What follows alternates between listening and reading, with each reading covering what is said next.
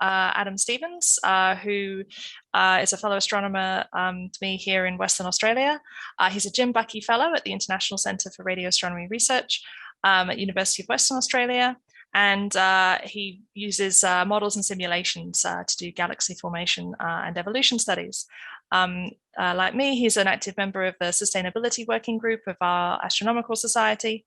And today he's going to give a presentation on how the carbon emissions in Australia have evolved and how we've been working to reduce them. So please go ahead, Adam. Thanks, Natasha. Kia ora te whānau ararangi. It's a great pleasure to be able to talk to you guys in Chile about this subject today. And before I get started, let me just acknowledge that the land on which I'm giving this talk belongs to the Whadjuk people of the Noongar Nation. It's always a privilege to be in Australia, and we should always acknowledge that this is, stolen land on which we occupy. I'm going to tell you a bit of a story today in the spirit of what we were told to do from the last talk. It's going to be a little bit of a personal story, a bit of a journey that I've been on the last 2.5 years, but it's going to connect into several of the efforts we have going on within Australia and also some of the efforts that we're cued into internationally. But the message behind this story is that if you ask the right question at the right time, sometimes that's enough to start something. And to illustrate that, here is a beautiful image of the campus at UWA. This is where we often have lunch together with peers and colleagues. And one day in 2019, we were having a quarterly lunch between all of the postdocs. At the time, I just happened to be serving as the postdoc representative of the department, which meant that I would be the person who would attend monthly staff meetings and make sure that postdocs were well represented. So we have these quarterly meetings to see how everybody's doing and figure out what are the important issues that we'd like the executive team of the department to take into consideration. And one of the things that got brought up at that meeting was, well, are we keeping track of our own carbon emissions? We are very conscious, for example, of how much travel we were expected to do. I personally had just come off a year, where I was in the second or third year of my postdoc, and I was traveling a lot to go to all these meetings because there's a lot of pressure on people at that career stage, to get out there and collaborate. And yeah, we were just really curious to know, like, are we actually keeping track of any of this stuff? And so that was something I brought to the senior staff at our institute. And of course, nobody in the room knew the answer to that question. And what that meant is that I was then tasked with finding out the answer myself. So they provided tentative agreement to begin with. We started just looking at what our flight habits were, because going in, that's just what we expected would be one of the main contributors to our carbon footprint. As you'll see, that doesn't turn out to be so simple. So in mid-2019, I started sourcing data, and this then happened to be timely because at that point in time, the country was going through the midterm review of its decadal plan. Okay, so we have a big document every 10 years saying what the goals will be for that decade, which is important for the government to look at. It's something we refer to all the time in our proposals and so forth. And we have these midterm reviews in case there are big updates that happen. So for example, when the decadal plan, the one that you're seeing here was written, gravitational waves hadn't been discovered. So, it's important to have these midterm reviews, the science case for what astronomy is doing. And for the first time, there was a decision made to have a sustainability component to this review. And this was something that I personally led. It was a white paper on the subject where we tried to collect as much data as we could on what our carbon footprint was, and then put in some suggestions about how we as a community could move forward to reduce that. So I have here an image of the people who were involved. This is the team that I assembled. Sabina Belstedt, who was a postdoc as well at ICRA UWA, Pascal Alahi, who was a postdoc at ICRA UWA at the time, but has since moved on to the Pawsey Supercomputing Centre, still in Perth. So he's now our inside man when it comes to supercomputing centres, which is pretty useful. And Professor Michael Murphy from Swinburne University of Technology as well. I'm going to show some of the results of that study, but first I just want to give you a little bit of context This plot here shows you what Australia's emissions have been like for the last couple of decades. And you'll see that this is just a linear graph with 0 on the bottom of the y-axis, which is not something that we normally deal with in astronomy. We're used to seeing log plots. But for all intents and purposes over this period of time, at least as an astronomer, I look at those lines and those data points and I go, that's pretty flat. The Australian government likes to talk about how this white line has got a negative gradient to it, but really it's not the white line that matters. It's actually the teal/cyan one, because you can skew your statistics on emissions based on how you take into account land use change in forestry. And this is basically just a way of saying that if you don't clear forests or if you plant new trees, you can skew your number one way or the other. But the true emissions, like the literal amount of CO2 that's being pumped into the atmosphere from the burning of fossil fuels, that's what's actually seen in the cyan points there. And you can see that that's, well, yeah, for an astronomer, that's flat. It's actually a mildly positive slope averaged over the last 20 years. And while there are some data coming down here, it's not clear to me yet if that's just symbolic of the pandemic or whether that's actually a trend that's now happening. So yeah, in Australia, per non-dependent, each individual is on average responsible for about 25 tons of CO2 equivalent emissions per year, which is huge. This is several times the global average. It's about on par with the United States and Canada, who are also amongst some of the highest emitting per capita countries in the world. The reason why I quote per non-dependent, by the way, that's just taking into account people aged 15 and over. I don't think children are responsible for climate change. That would be, yeah, I don't think it makes sense to include them in the denominator. Okay, so the sources of emissions that we considered in our study for astronomers within Australia, flights was the thing that we were most interested in looking at. But we also knew that we needed to look at supercomputing, observatories, and offices. Of course, these latter three are just about electricity consumption. And the central relevance of this in Australia is what actually powers the grid here. And unfortunately, it's mostly coal burning still. Australia is very much living in the past when it comes to how it powers the country, despite having ample sun and ample wind to be able to power everything it needs easily in principle with renewable sources. So this was the outcome, just to cut to the chase, and it wasn't at all what I was expecting when I started looking into this in 2019. So it turns out that actually supercomputing was our largest source of emissions. And the reason for this is, as I was saying before, all of the energy that goes into the grid, which is where we pull power from to power our supercomputers, is just from burning coal. So it's just like straight carbon emissions every time you're running a core, or at least it was at the time. So that counted for about 60% of our footprint, with flights a potential close second, although the powering of observatories, we could only put a lower limit on because we couldn't get data from every single observatory that was relevant, but we got the bulk of them. And of course, then powering offices comes in last. You can see that the numbers show that just from our work-related activities per full-time equivalent, and this includes students, we're 40% higher than what the average Australian is for their entire life, so their work and life combined. But we're just considering the work element of astronomers here. And this is roughly 5 times the global average for per capita emissions, which is concerningly high. It's also important to note that emissions, so I said that was including students, all of those numbers were averaged over, right? But emissions actually scale with seniority, and really students don't do much at all in the way of requiring resources. It's mostly the senior staff, who need to run the big computing programs or run the big surveys, or who are traveling around the world to go to every single conference and go to all sorts of other TAC meetings and whatnot, who are really the primary contributors to this. And it's, then they make up a small minority of the total number of people. So that's really the younger members of the community who are dragging that average down.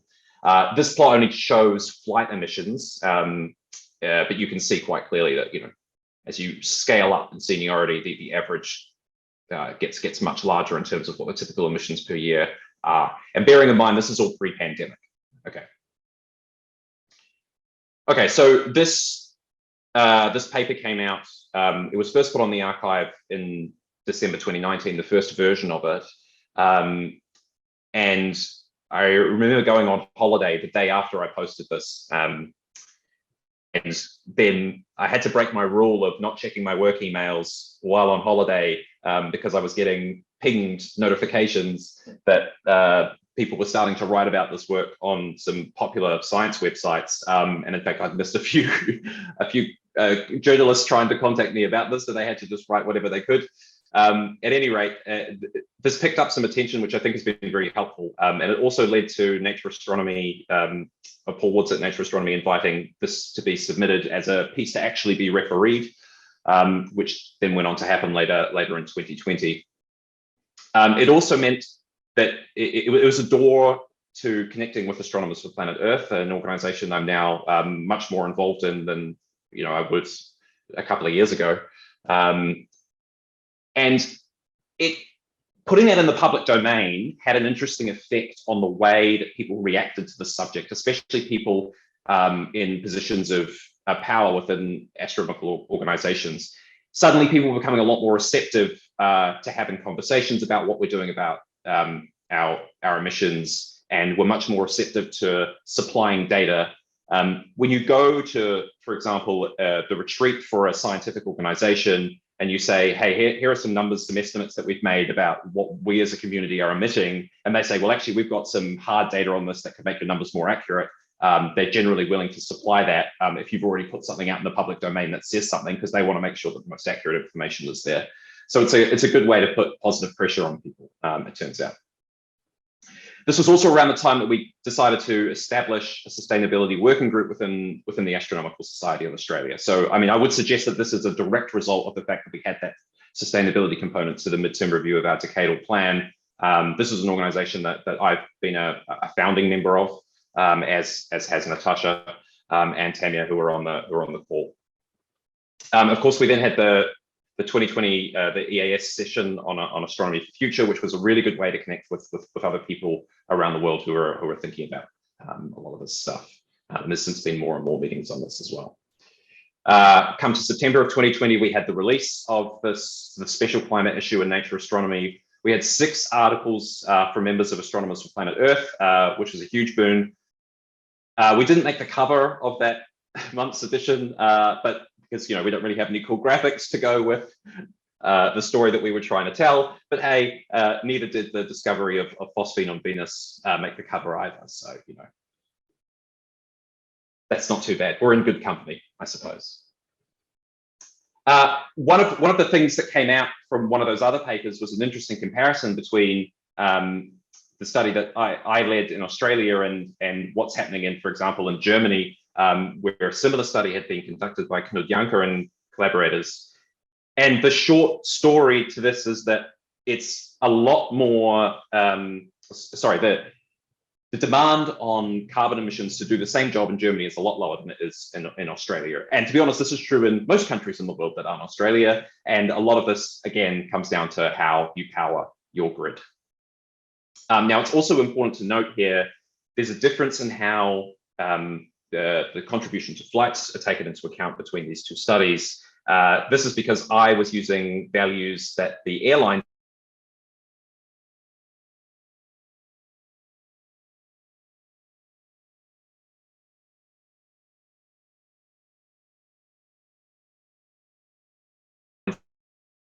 greenhouse gases dumped at altitude have a longer lasting effect and therefore have a higher CO2 equivalent mass that we should be quoting for these figures. Right. So that's the state of how things were a couple of years ago. And since then, it's been kind of a shift in focus to, rather than just quantifying where we're at now, there needs to be steps taken to actually bring these numbers down. And there's been some significant developments that have happened, particularly in Australia in that period of time between mid-2020 to now. So, for example, there have been significant investments in renewable energy in some targeted areas across the country. So the Australian Capital Territory is one place. It's not a state, it's a territory, but it's where the national capital of Canberra is, and there's about 500,000 people that live in that territory. And their local government has now produced enough renewable energy to power the entire territory. Okay, so all of the energy used there is renewable. And this is particularly important because this houses one of the biggest universities in the country and also houses one of the biggest supercomputing facilities, one that astronomers use quite regularly. Similarly, Swinburne University of Technology, it's curated or purchased a new wind farm.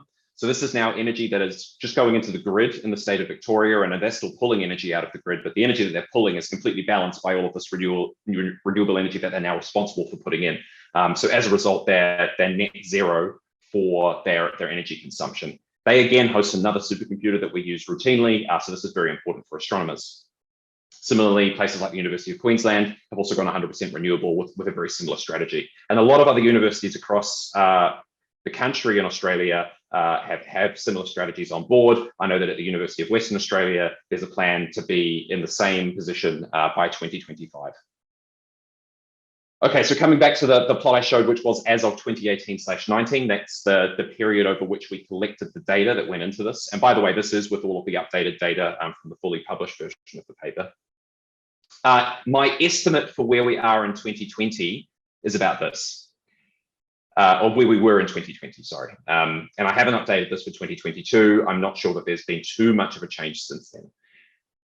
But just flicking between those two, you can see that our supercomputing footprint has in principle more than halved. Now, this is only an estimate, and I haven't put an error bar on there because I haven't been particularly rigorous with this estimate. But that rough figure of about halving it does reflect those specific investments in renewable energy that I was referring to before. Those investments have also led to a reduction in emissions associated with powering offices. And of course, with the pandemic, nobody's been flying anywhere, and that's completely eliminated our flying emissions, at least for a couple of years. Now, I've said publicly several times that I think this is a blessing in disguise from the pandemic, that we've not been able to fly, because it's actually eliminated what was our second biggest problem as a community, I would say. If you think contribution to climate change is the biggest problem that our community has, and I would argue that it is, this is the second biggest contributor, ergo it's the second biggest problem that we needed to tackle. And it's been taken away from us without having to put in any effort whatsoever. So what a crime it would be if we decided to go back to the way things were and put this bar back on this graph. I really hope that doesn't happen, and we're intelligent about the way that we run our meetings in future, such that we can continue to be collaborative without needing to put that bar back on the graph. As far as the sustainability working group goes, we've got, I think on paper, 14 or 15 members, but I'm just showing here the faces of kind of the usual suspects who are actually present at regular meetings and who are part of the core team, if you like. I won't go through everybody's names, but you can see that Tamir and Clancy are our co-chairs. And we're spread across the country. We meet on a monthly basis, and we've got several initiatives that we've been taking to try and reduce our national community's emissions, specifically last year, and I can show you some examples here. So one of the first initiatives that we made was to push for the National Society to have an official statement posted that officially says that as a country, as an astronomical community, we are committed to reducing our emissions. Now that's something we can quote, and now it becomes a matter of integrity that we pursue this because that's official and out there. So that's something that we push for successfully. One of the major initiatives that we have also undertook was changing the way that our annual science meeting was run. So originally, the plan for our annual science meeting last year was that it would have been held in Melbourne and it would have been an in-person thing. With the pandemic, it was forced to become virtual only. And actually, as we intercepted this months ahead, and we said, well, if it's going to be virtual, but we're in a position in Australia where the pandemic actually isn't that bad, where people can still get together face to face, why don't we have regional hubs such that we can still have that in-person experience like a real conference would be. And our reason for doing this is so that people come away from that meeting feeling like there's a future in having meetings that don't require flying. We had nothing to lose in setting this up other than our time. And I think this was from the feedback that I've received, something that was a great success. At that annual meeting, we also had a a workshop on sustainability where we had a celebrity scientist give a very interactive talk on the subject, which went down very well.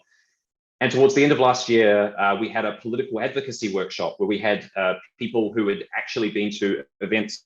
We have an event in Australia called Science Meets Parliament once a year, where scientists will literally travel normally, pre-pandemic, they would travel to Canberra and meet with federal politicians, discuss matters of science. It's not necessarily meant to be an opportunity for lobbying or advocacy, but it is there is, in principle, an opportunity there for us to, talk about not just about astronomy, but also talk about the importance of climate change and doing something about that to the people who actually can effect some influence. Just to say, for some reason. Hi, Adam. Just a quick note, we're a little over time, so if you could wrap up in about 5 minutes, that'd be great. That's fine. There was supposed to be some text here and some other plots as well. For some reason, it's not showing up. I'm not sure why. This pie graph was just showing the number of the distribution of where people were for the hubs for that meeting that we ran. There were more than 400 participants at this meeting, and what this meant by having it in hubs rather than traveling, even though in this case we wouldn't have traveled anyway, we saved something of the order of 135 tons of carbon dioxide emissions and more than $200,000 in flights and accommodation. Yeah, that was the gist of what I was going to get away with that. And just finally connecting more to the global scheme, as you can see from this plot of the number of people who've signed the Astronomers for Planet Earth open letter to convince societies that we need to take sustainability as a primary goal. There are hundreds of people in our community who have signed this, and this is, for a community that has fewer than 700 people in it, that's a very large percentage of our community that signed it.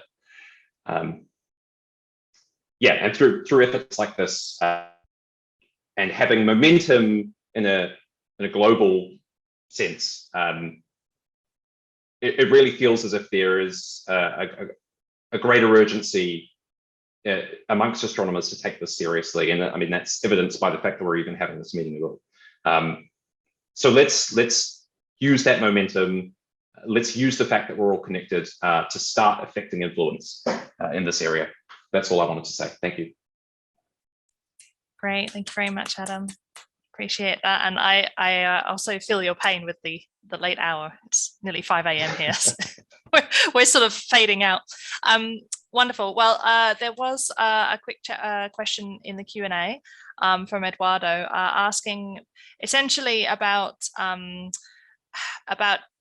even collectively as organizations, while we do produce carbon emissions, should we be working to reduce them when things like mining companies are producing a lot more emissions? So I know what I would say, but this is a question to Adam, so go for it. Yes, there's always somebody doing something worse than you, and if we use that as an excuse to not take action, then everybody else in the world will use that exact same excuse to not take action, and then no one will ever take any action whatsoever. So totally, we should still be focusing on the things that we can have an influence on and choosing to make an impact there. Is it possible that we could have more of an impact if we got into an industry where we could affect what people in, say, the mining sector were doing? Yeah, probably. And in which case, if you're passionate about that, do it. Yep. But in the absence of a career change, we should affect the people that we can. I agree, and I also would point out that it would be hypocritical to do otherwise. That's a big thing that the people on the political spectrum who would like to deny climate change. Sometimes, even if you say, well, it is a real thing, and they admit, sure, it's a real thing, but climate scientists fly everywhere. So how can we trust them if they don't believe them, if they don't take it seriously? So I think the same thing applies to us. Yeah, agreed. I think we're quite over time, and I don't see any further questions in the Q&A. So thank you so much, Adam and Alison.